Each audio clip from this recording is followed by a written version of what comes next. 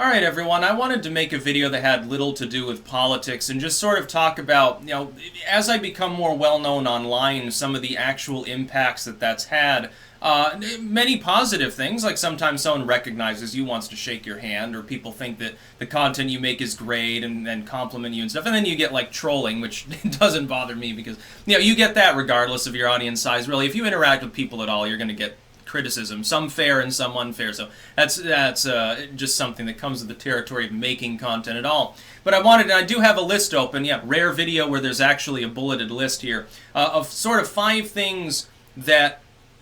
oddities of being well-known online, like things that have caused an impact, and I just find it interesting, something to maybe chuckle at.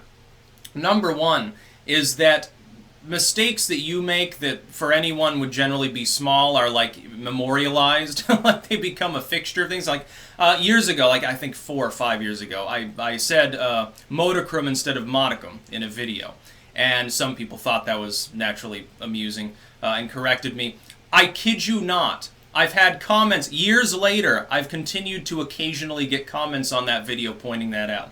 And so it's like, fucking Christ. At some point, it's like if anyone else did that, and then they're like, I got 10 people watching me, nobody would remember it. But for me, obviously, especially because I'm involved with literature as an actual editor, it's considered hilarious. And so, and it's like really weird just to think about that, it's an older video. Clearly, it's not contemporary. Like anyone who knows about my content, I don't look the same. I don't cover the same kind of topics anymore fully, although I cover more in general now. And so it's just funny because you know that person hasn't been on your channel very long, or if they are, they didn't really pay attention to much of the content. Maybe they think it's a modern video. That's another sub-effect, is that people take things out of context, especially when they're not on your channel itself, like on YouTube or on your Twitter, and it's just sort of like a cutout. Without context, people think it was said yesterday. It could be 2-3 years old, and so that's really weird. Number 2, this one annoys me. People expect you to constantly do more types of content, and they get angry if you don't. Like, I get people, they make a video suggestion and act like basically I owe it to them or something. Like, hey, I gave you $1 on Patreon, you owe me this. And I'm like, I can't do that. Physically speaking, if I were to indulge, the problem is, I would feel personally responsible for doing that for everyone if I do it for one person. This is why I don't offer rewards on Patreon and stuff like that. I believe in that fully democratized, very laissez-faire, laid-back system because I'm an early content creator. I remember when a lot of the stuff that we have now online wasn't around. It was basically just hook up the webcam, make some crazy-ass videos, talk about whatever you want. It's fun. It was amusement. It was a hobby for me. Because of that, people will come to me and sometimes just out of the blue and say, why haven't you talked about this topic? Like, why haven't you talked about this political event? Some foreign head of state gets killed, and they're like, well, you must be a shill. I've actually been called a shill or called names because I simply don't have enough time in the day to make enough videos to cover every otherwise pertinent topic. I have to keep things compacted and streamlined. And so sometimes it makes me feel bad because people are sending me good news tips or something. They want me to talk on, they like the content, and then they feel insulted when I don't cover the same issues that they want me to cover. It's like, some days I have 10 or 20 different ideas for videos already fleshed out and ready to go. I actually have to purge old material that becomes too outdated to be of interest to people anymore. Like after 2 or 3 days, it's not a current event anymore. And so I actually have more content that I throw aside than that I make, specifically because I have a wide variety of interests, but I have to pick and choose. What do I think more people in the audience, number 1, are interested in? And number 2, what am I more interested in? It could be that you have a big story and I don't give a fuck. Like the Super Bowl. I'm not going to make a video about my thoughts on the Super Bowl. It's something a lot of my fans, I'm sure a lot of you like football, would like to hear such a video, but it's never going to happen. I have no personal real interest in it unless some crazy shit happens, like someone dies and gets thrown on the field, someone attacks the venue, or there's a mass protest outside against the use of pig flesh in footballs, petas out there picketing or something. That I'll talk about. But I couldn't talk about the Super Bowl itself. It's like, okay, dudes threw a ball around. They were in spandex patting each other's asses. It's very, very funny, but it's not really amusing enough for a video. Number 3, this I feel really bad about, is that you will perpetually feel bad for not supporting potentially legitimate donate, charitable causes because of the fear of being hoodwinked into supporting bullshit. Like, there have been times people are like, hey, my friend has cancer. You're a big creator. You could help them. Talk about this campaign. I don't know that their friend actually has cancer. It could just be someone trying to scam on GoFundMe. I can't support your cause. Even if I think that it's legit, the only exception is if someone I know is legit. I've communicated with them. They're already I hate to say it, but they're already a larger content creator, someone that I personally have spoken to, I trust to some degree. If they ask me to help with a cause, certainly with activism, like, oh, circulate this petition against gun control, okay, maybe I'll circulate a petition. But if it has anything to do with money, I have to be, legally, I have to be aware of the fact that I could be spreading something in which money is going to an improper cause. It could be someone's buying drugs with that money. Legally speaking, I could get in trouble, number one. And speaking in terms of deplatforming certainly leaves you open to that. Because opportunistic outrage mobs will selectively target people for engaging in that behavior. What would for some people be just, hey, they got hoodwinked. Haha, you got scammed into giving $50 to someone who used it to snort up their nose. That would just be funny. But when you have a large presence and people that stalk your content, which is number 5 on here, you've got to be aware of that. You've got to be more careful. In all honesty, you've got to pick and choose what you talk about in some cases. And it bothers me endlessly because I get these messages and they're like, my kid's got leukemia, fucking my house burned down. I've had people, try to get me to raise money for all sorts of, and a humane society. I can't do anything about that. Unless it's like a legit above board registered charity, I can't.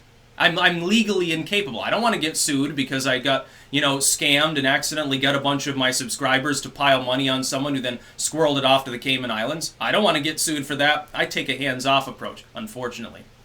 Number 4.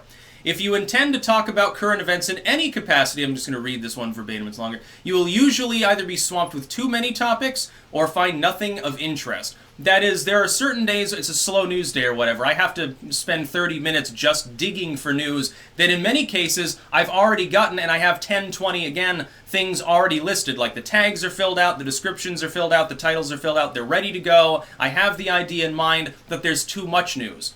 Is that some days you'll have 3 or 4 major stories. Like the other day, you had Trump and the wall, the shutdown agreement, temporary extension of government budget, major story. Roger Stone got arrested. That's a major story. And then who was it who got into the race officially? I can't remember. That was a major story too. And then Schultz declares literally a day later. There are times when potentially like really top A-grade, #1 material gets shelved because there's too much of it. And then there are other days where, again, I have to scrape the bottom of the barrel, and sometimes I'm covering topics that I'm not quite as interested in simply out of necessity. It does happen. It's unfortunate when it has to. Number 5, and this one should be fairly obvious, you will have stalkers. If you have any form of audience at all, and you are unique and interesting at all to anybody, regardless of what your beliefs are, you will be stalked. You will have people that have a morbid fascination with your work. This can be positive or negative. Sometimes they're supportive, they're like, yeah, I'm like your biggest fan, and then you start thinking about, maybe a certain Stephen King novel there. Like they're really big fans, or even like romantically infatuated in some cases, sometimes of the same gender, which is amusing. It's happened more often than I'd like. You get these people who want to be like personally part of your life, and sometimes it's innocuous, and sometimes you can actually misconstrue it, because sometimes people are just being nice, and it's like they just come off in maybe a creepy manner. But then there are people that stalk the material for malevolent purposes. They're waiting for an opportunity to flag a video for one thing that you've said, which is why you've got to moderate your own content sort of as you make it. They're waiting for an excuse to try to get you banned on a site. They say weird shit about you on other sites that in many cases isn't even true, and it happens constantly. You can't even keep up with it. It's fruitless to bother even trying. The best defense against this ultimately is people, the casual viewership that's capable of rebuffing it. Like if it's anything public, like they'll just be like, fuck off. And it's not that I don't appreciate, like when someone's like really into the work, they're like, wow, I love your videos so much, they're great and all this great content. I'm glad that I can entertain and inform them, and I'm glad that they like the content. I assume they probably share and like it. Trust me, I love that when that happens. I wish it happened twice as much, because it'd be twice as much growth, and it'd mean more money. In all honesty, going to be completely honest, if it's part of your career, I love it when people love the content. That being said, and by the way, not getting a big head here, because I know the average person, it's not like cult of personality, it's just like, oh, I found this video I like, I subscribe to the channel. I realize that. I'm not trying to get egotistical. That's how I am with most of the people that I watch. And there are some people that I've watched, you get a message from me, you're kind of starstruck, because they're like way off, got 10 million subscribers or something. I've had people subscribe to the channel that are extremely, extremely well known, and my subscription list is not public for that reason, specifically being asked not to talk about certain people and their interactions with me. You get to the point, though, where it's just a little bit overwhelming. And some of these people, like I won't use names, some of you probably know who I'm talking about. There was this one individual years ago who sort of had a thing for me, I think, and ended up habitually making videos about me and also covering the same topics, like in an unnamed rebuttal, and is still actually doing that. Like, I was tipped off by another person, again, I won't mention who this is, that this individual literally has uploaded like political and news and other content that still, 5 or 6 years later, still roughly correlates, overlaps with everything I'm doing, and has been posting them literally on a porn site. So I actually got tipped off. I'm like, oh my god, this person is still watching my content, probably watches every day, has this weird fascination, and it's like, let it go. There comes a time you've got to let it go. Again, I'm not naming names or anything. Please, and don't, if you know who I'm talking about, don't name her in the comments either.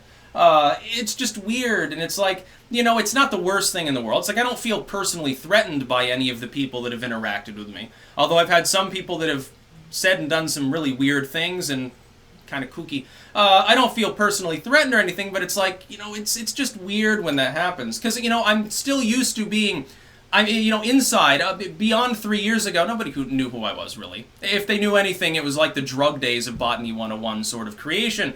And people sort of remember the entheogens and sort of the early wave of publishing, stuff like that. But my audience wasn't large. I certainly hadn't diversified. I wasn't #1 on BitChute or anything. And so I'm used to an era in which that didn't really happen. Occasionally someone would come along and be like, well, your content's great. Or they'd say, oh, you scumbag, I hope someone punches you in the back of the head. And I've had comments like that too. Occasionally that would happen, but not often. Now it's gotten to the point where it's a daily occurrence almost. And it's like, thank goodness YouTube eliminated the messaging function, because the people that really wanted to stalk were the ones that knew there was a messaging function. I tell you, it's some weird shit. Now it's just Twitter DM, and of course you don't have to read all of them. It goes straight to requests if you haven't followed a person. So yeah, those are some oddities about, being more well-known online, having a presence. It's interesting. It's a wild ride. I mean, I definitely wouldn't trade it for anything in the world. I have a great time. Overall, the situation of making content is overwhelmingly positive. Like 99% good shit. It's just that sometimes, again, you feel a little bit sad. It's like this kid has leukemia, needs money in a GoFundMe. You can't share it out because of legal reasons. Because it might be a scam. It's probably not. It's probably true. You want to trust the person because they're a fan of yours, they're part of your audience, but you can't. You're hamstrung. You literally, for legal reasons alone, you wouldn't be able to, even if you weren't worried about it, being potentially a deplatforming issue. And it really, it is weird, when you hear about a mistake you made 5 years ago. You said a word wrong. Therefore, your arguments are all invalid for the rest of time. And it's like, I'm not going to delete a video just because I said modicrum. It's just not going to happen. That's about all. Peace out.